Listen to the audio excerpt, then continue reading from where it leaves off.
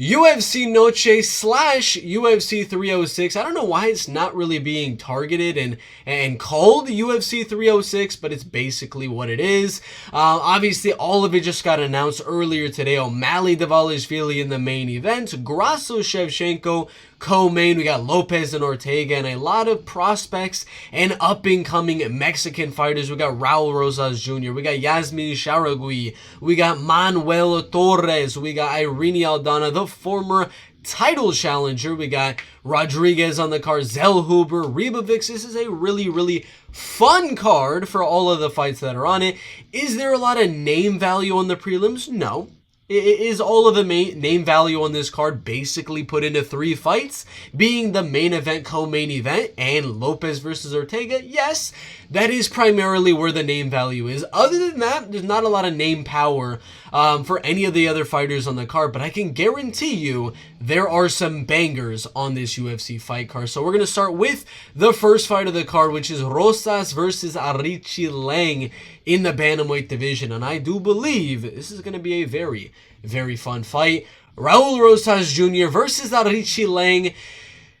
You already know Raul's 19 years old, I believe. Is that really what he's going to be? So he's going to turn 20 years old like a day after? No, I'm wrong.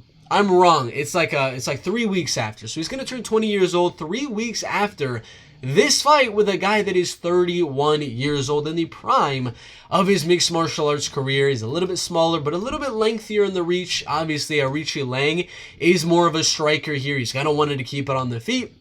He's not a finisher, though. That's where I'm kind of iffy on this fight, because Raul Rosas Jr., I don't believe has super, super good striking. But he walks into a lot of unnecessary punishment from a lot of his opponents. I don't really see that being an issue fighting a guy like Aoriqileng, because if you do go into any of that punishment from Aoriqileng, it's not like he's really going to hurt you that much with it. I don't remember the last time he's got a knockout win. It was Cameron Elsay over 2 years ago. And before that, it was 2 years before that. So in the last 5 to 6 years, he's only had 2 knockout wins and a lot of fights that are going to a decision. Now, he's also not getting finished. If you look at his losses, he's only been knocked out once, has lost 7 decisions, and has lost 3 submissions. I don't think Raul's going to knock him out. That would be insane.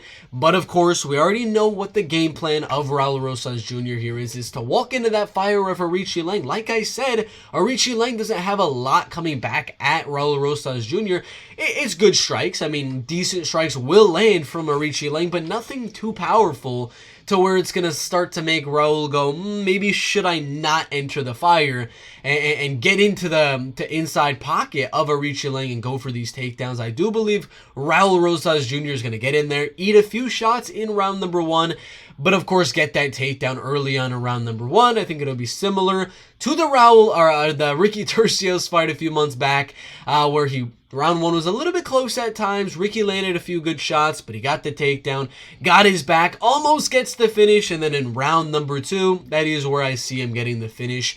These are all kind of tailor-made matchups for him, except for, of course, the Christian Rodriguez fight, because that was one where the fighter he was going against was bigger and was a better grappler. All of these other ones, Jay Perrin, wasn't really on the level of grappling as Raul.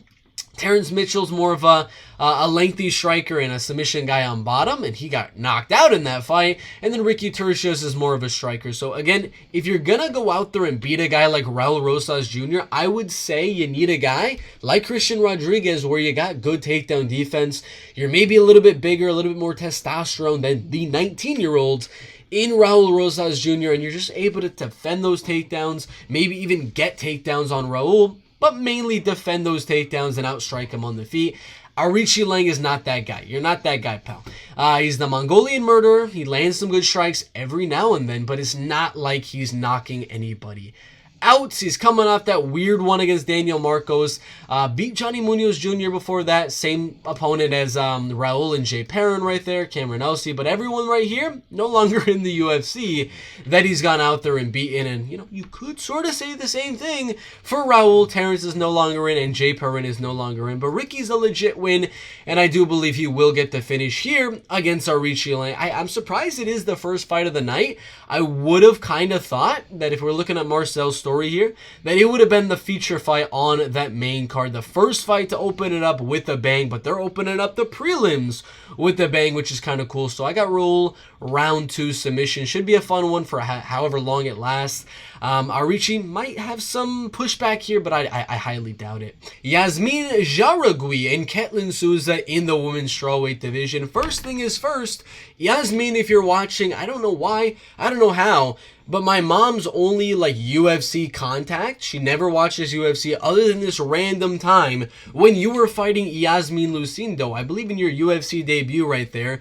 2 years ago, that was like the only fight she watched, and she was rooting for you a lot. She really, really liked you. I guess you are her favorite fighter and really only fighter she knows besides Yazmin Lucindo. I had to kind of put that out there because I don't know how you're my mom's only MMA fan. She doesn't watch any other fights but your own, but you know, we'll see if she watches at UFC 306. Obviously, Yazmin, very, very good. Started with a win over Yazmin Lucindo, who I'm going to try to pull up these rankings as fast as I possibly can. But in those women's strawweight division, Yazmin's number 14 in those rankings, showing you Yazmin went in her debut and outstruck a top 15 girl right off the bat. Got a TKO win after that, got the Sam Hughes win. But of course, in the midst of that, she just got caught with a big shot by Denise Gomez, another girl kind of borderlining that top 15, and is 3-2 inside of the UFC, only losing again to really good girls like Angela Hill and Loma Lookboonmee. So I do believe, we haven't talked about Ketlen Souza. I know I've been rambling on about Yazmin Jauregui a lot in this video, but I do believe Ketlen Souza is just far, far would be inferior than Yazmin Jauregui in the striking. Yazmin's able to outstrike Yazmin Lucindo, able to take down and even ground and pound Estela Nunes. Obviously, she got caught against Denise Gomez, but I mean, that's the only way she's ever lost, and I don't think Ketlen Souza really has that kind of power. Goes on to the same one as the last fight. A lot of her knockout wins, doctor stoppages, ground and pound shots, body shots, and things like that. I don't really think she has the knockout power to crack the chin and actually push you out. I don't think she will be able to do that. If she does, I mean, I'll probably delete my channel. I don't think it's that likely, in my opinion. I think Yazmin will outstrike Ketlen Souza for 3 straight rounds, if not get a finish before then. Ketlen has been finished before, but it was on short notice, again, against a top 15 girl, up a weight class in Irene Silva. But every other fight as well has been a finish. So I am going to go a late finish here. I think this is going to be a fun fight for however long it lasts. I think Ketlen's going to be putting that pressure on, trying to land some big shots, and Yazmin's just going to keep countering her, kicking her out range, jabbing and hooking at her as she is coming in. I think Yazmin will land the bigger shots, land one good shot, not necessarily a knockout over Ketlen Souza in this fight, but I think she's going to hurt her on the feet a little bit, get Ketlen to the ground. And women's MMA, when you get in those ground and pound positions where you're on top and you land maybe like 8 or 9 unanswered punches, usually referees stop it, even though the shots they're landing aren't really like devastating shots or anything like that. So I actually expect this one to be a pretty fun one. I still rate Yazmin very highly. I know she kind of just got caught against Denise Gomez. I think she still has a bright future. She's 25 years old, still really young in the game. I got Yazmin winning this one by, let's go end of round 2. End of round 2, TKO for Yazmin Jauregui. Edgar Chairez and Kevin Borjas, I think it's Borjas or Borjas, in the UFC's flyweight division. Again, correct me on that last name if I got it incorrect. Both under 30 years old, 26 and 28. Obviously, Kevin is not undefeated in the UFC, but unwinned. I don't know how to make that a grammatically correct sentence there. He's not won a fight yet. But yes, he's fought beast. Alessandro Costa, that's a nightmare matchup for just your second fight in the UFC. That dude has only lost to top 15 guys inside of the UFC. Then Joshua Van, who is 3-1 inside of the UFC with 2 finishes. That's a hard lineup to go against. I mean, he's 0-2, which sounds bad, but when you're looking at his opponents, I would assume Joshua Van and Alessandro would also go out there and beat Edgar Chairez. So there's no shame in that for Kevin. He just had a kind of a rough hand handed to him in his first few fights. Obviously, Edgar also did in his first one against Tatsuro Taira, but he got a little bit lucky with that second matchup, fighting Daniel Lacerda. It was a weird one in their first fight where they had the premature stoppage. I think the ref thought he went out or something and stopped the fight, but he wasn't out.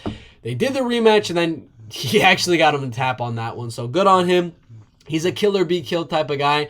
Has been finished twice, but more if he's going to get the win, it'll be a finish. If he gets the loss, sometimes it'll be finished, sometimes it'll be a decision, but he does not win decisions. This dude, if he's going to beat you, he's going to go out there and finish you. And Kevin Borjas, not a guy strange to the finish loss. He's been finished twice out of his 3 losses right there, coming off a TKO loss after getting battered with leg kicks by Alessandro Costa. I do believe Edgar Chairez is going to make this a war, dirty, gritty type of fight in the UFC's flyweight division.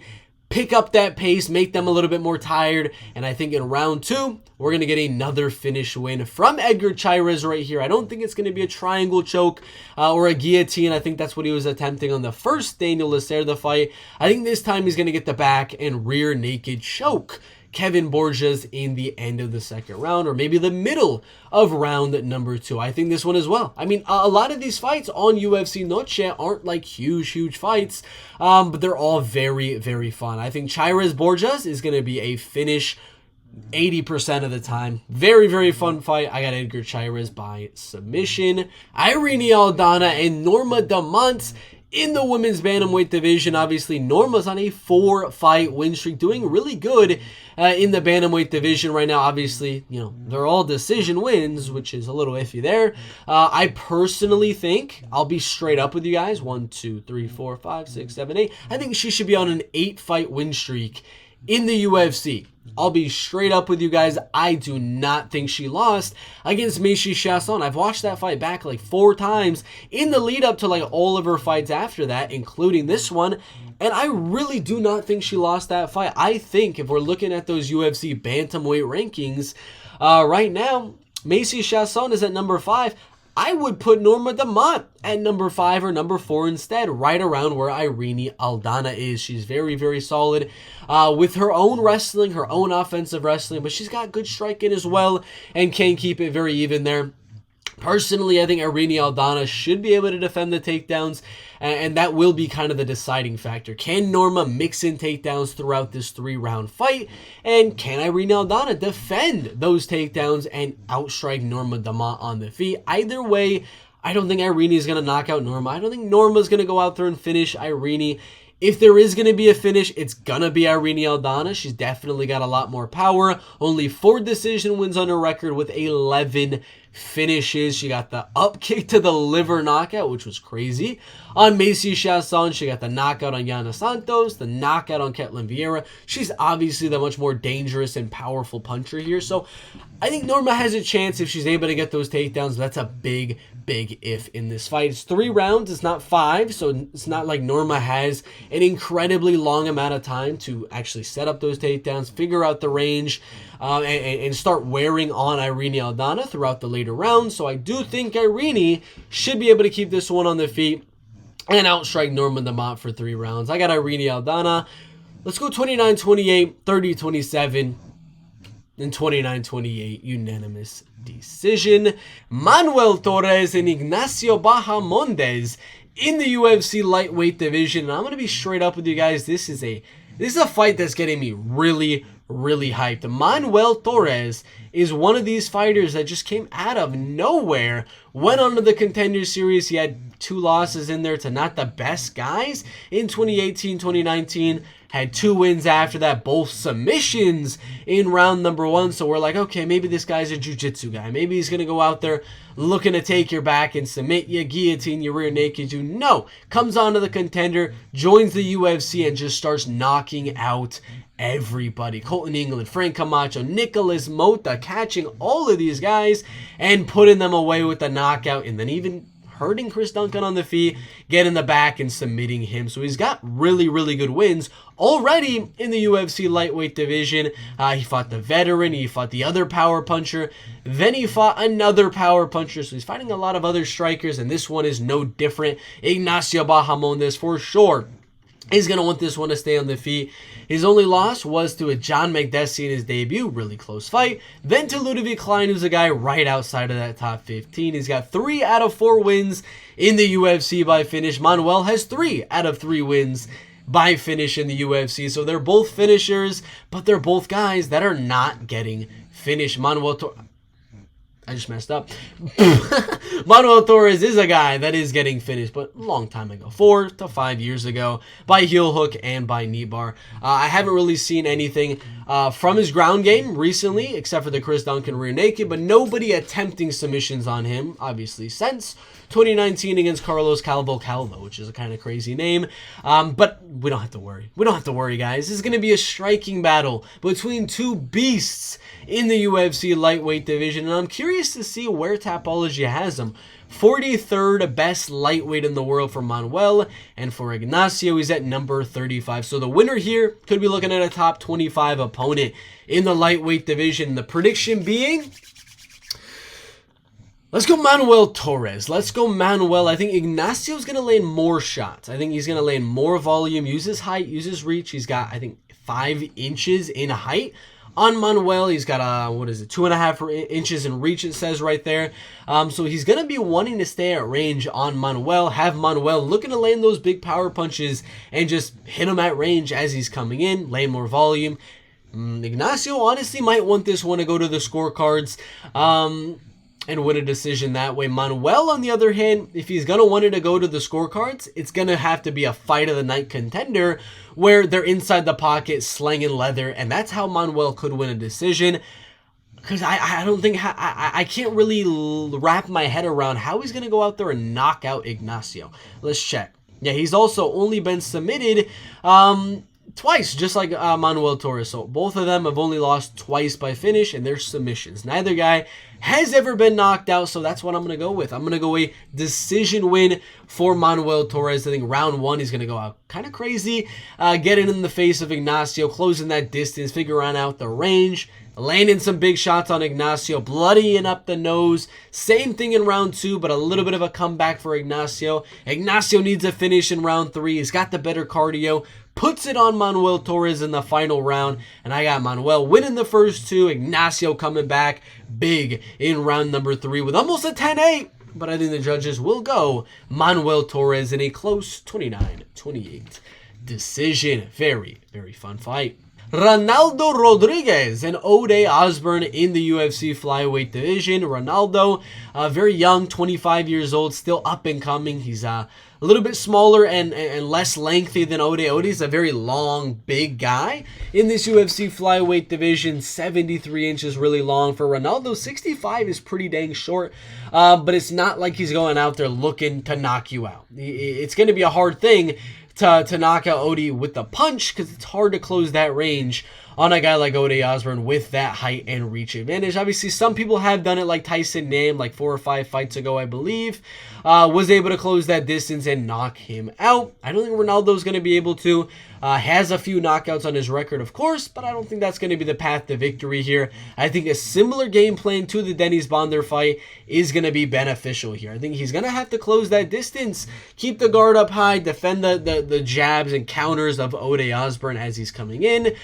Maybe eat a few to land a big shot and mix in the takedown. I do believe that is what he's going to be able to do.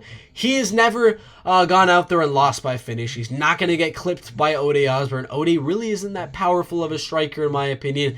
Neither is he like a really, really good jiu-jitsu guy, so he's not going to finish Ronaldo. I don't think he has much to worry about coming in, and I think he's going to hurt Ode Osbourne just a little bit. I don't think he's going to knock him out, but I think Ronaldo is going to hurt Ode Osbourne in the striking, get the takedown, and literally follow the blueprint. Follow the blueprint of a lot of the guys in the UFC have been doing recently. Asul Mabayev and Jafel Filio have hurt Ode Osbourne a little bit on the feet. Got the takedown, got the back, and rear naked choked them. I don't think Asu was able to hurt him, but I know he is easily hurt. He doesn't have the best chin, and if you are able to hurt him and then get his back, it's a heck of a lot easier to go out there and get the submission. So I think that's got to be the game plan. He needs to wait for the exact moment he sees a little bit of a wobble from Ode Osbourne. Fake high, go low, takedown, get the back, rear naked choke. I'm going to go round 1, round 2. So an early finish for Ronaldo Rodriguez. Esteban Ribovics and Daniel Zellhuber In the lightweight division at UFC 306, very, very fun fight. Esteban obviously is a finisher. His only decision win ever was Kamwilla Kirk.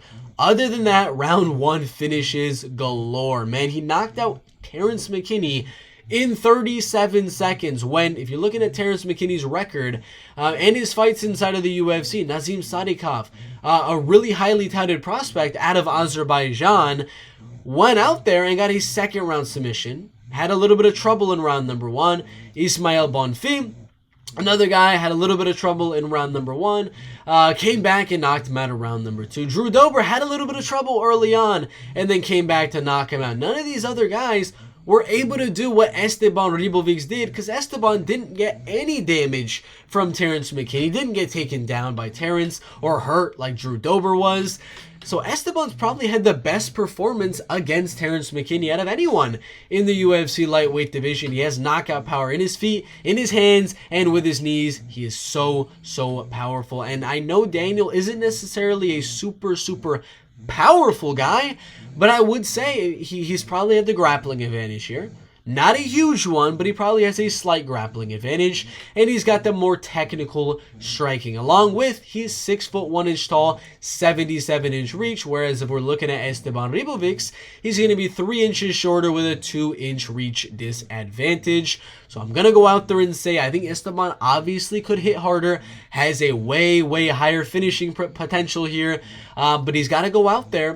Daniel Zellhuber got to go out there with a game plan. The only guy that has been able to beat Ribovics and take down Ribovics a few times in this fight. You don't have to grind him out for 3 rounds and bore up the main card of this pay-per-view, but you got to mix in a takedown every now and then to work on the gas tank of Esteban, land a little bit of ground and pound, and when it is on the feet, you need to have Esteban come to you. You're taller, you're lengthier, you're faster, you got better technique, better movement. You can catch him with knees coming in, with the jab coming in, with the 1-2s, catch him with hooks coming in, all of that type of stuff. Esteban has great pressure and great power, but if Daniel's able to stay at range, mix in takedowns as he comes in, land shots as he comes in, I do have Daniel winning.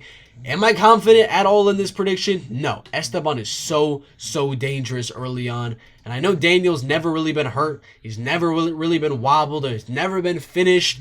If there's anyone to do so, it's Esteban Ribovics, ladies and gentlemen. Such a fun fight at 155 pounds. Expect either an early finish from Esteban or a fun, exciting decision from Daniel Zellhuber. I'm going to go with fun, exciting decision. Daniel Zellhuber by unanimous decision.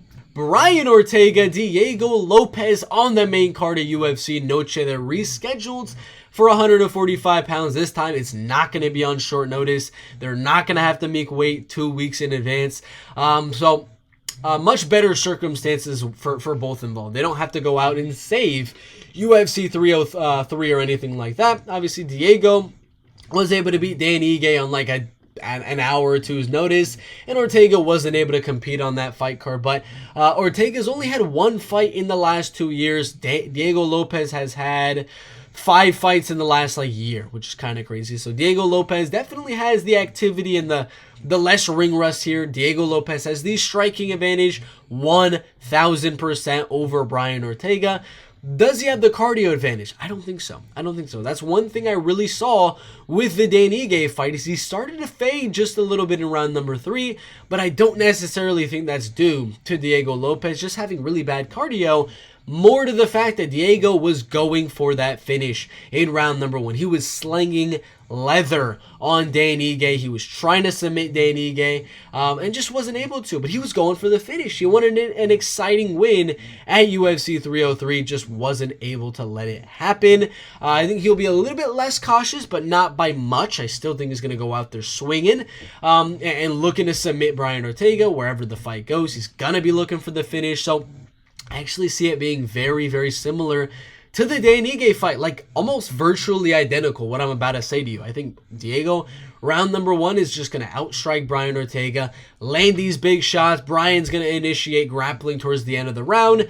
Maybe Diego gets on top, maybe Brian does, but either way, there will be submission attempts, some reversals, some scrambles, and things like that. But due to the outstriking of Diego Lopes in the early portions of round 1, I'll give it to Diego Lopes. Round number 2 comes, again, Diego's landing some big shots right out of the gate in round number 2. Same thing again. They get to the ground, they do some reversals. Ortega's going for a guillotine. Diego pops out, lands a few ground and pound shots, something like that. Ortega reverses the position. They get back up to the feet and strike for a little bit, where again, Diego has the advantage, but is exhausted after all of that they had just done. I think Brian will lose that round again, very, very close to it, just kind of like the Dan Ige fight. And I think round number 3, Ortega's just going to kind of murder forward, throwing not as hard of shots as Diego Lopes. I still think Diego, even late in the fight, has more power and has more finishing ability with the hands than Brian, but I think just like Dan Ige, I think Brian will get a takedown in round number 3, get that top position, try to submit Diego Lopes with that signature arm triangle. If Diego's getting a reversal, he'll go for the guillotine, and I think Brian will win round number 3, but I do not expect the finish. I expect another very fun fight from Diego Lopes and Brian Ortega. I gotta go on all the way, the full 3 rounds, Diego Lopes, 29-28 decision. Alexa Grasso and Valentina Shevchenko rematch. I'm just kidding. It's a trilogy. The third fight, the first fight. Obviously, Alexa Grasso was able to catch the back of Valentina Shevchenko because of something stupid Valentina did by going for a spin and leaving her back fully exposed for Alexa Grasso to grab right onto. Valentina made a lot of mistakes in the second fight as well, but I think those are the same things that are going to cost her again this time around. I'm going Alexa Grasso yet again to go out and beat Valentina Shevchenko. I think the striking, honestly, is getting more and more even every single time they fight. I still slightly give an advantage to Valentina to land a little bit more volume with her kicks.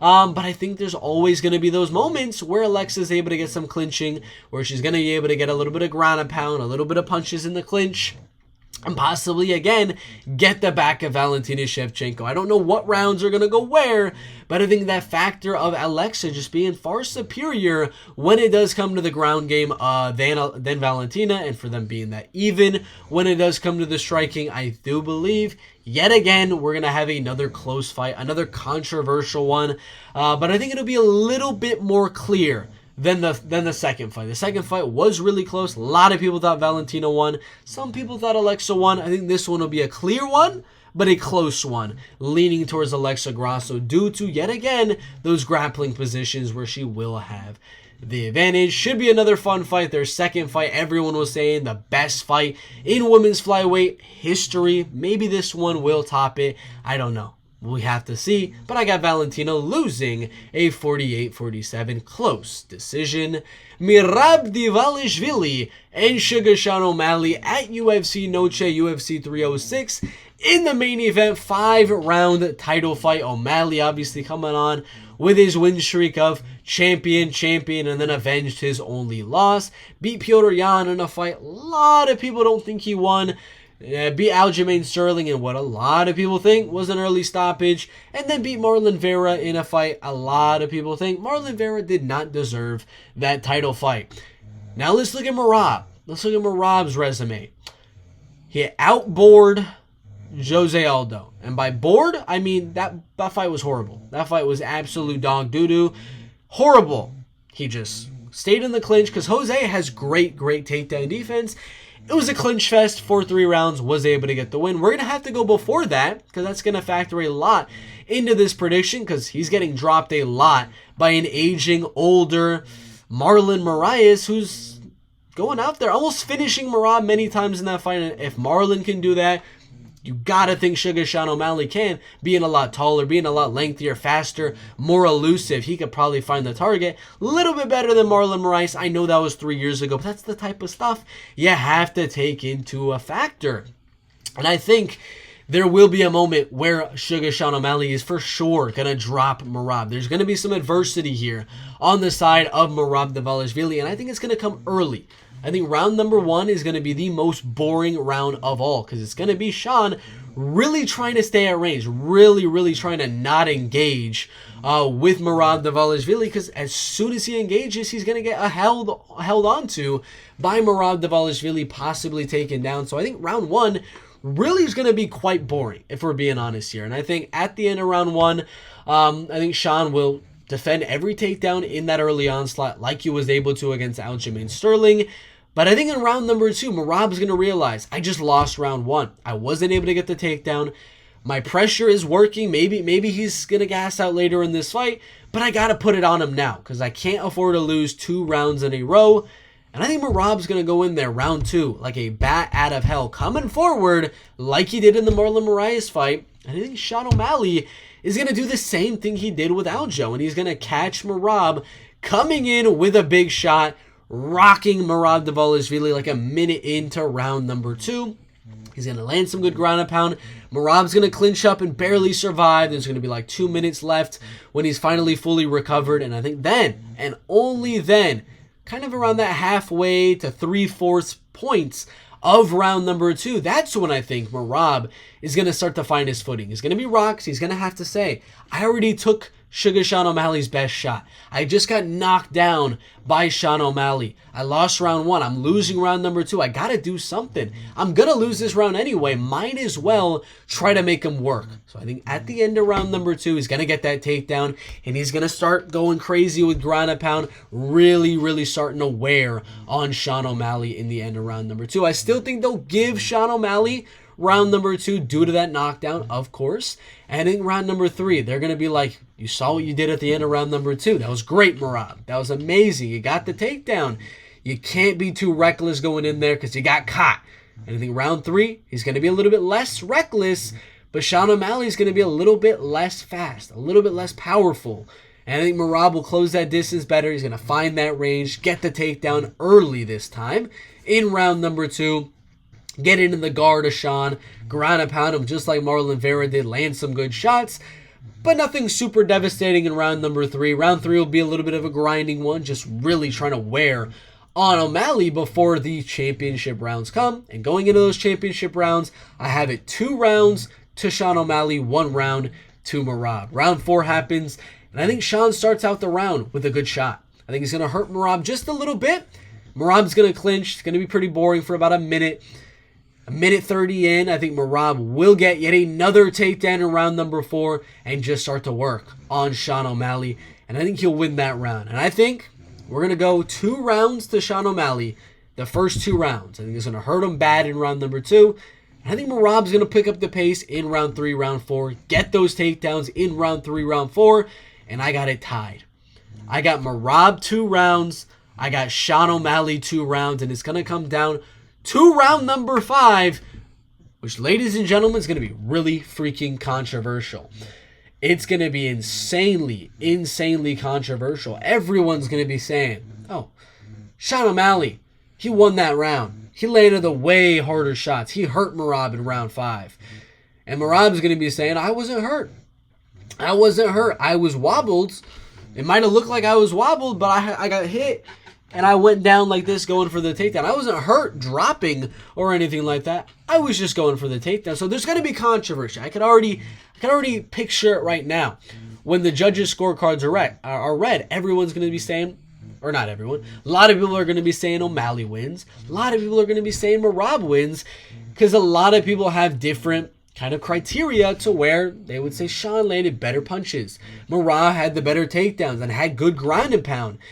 And it's going to be really freaking close. I honestly think this is going to be one of those fights like Petr Yan versus Sean O'Malley, where we're literally sitting there after the fight wondering who won.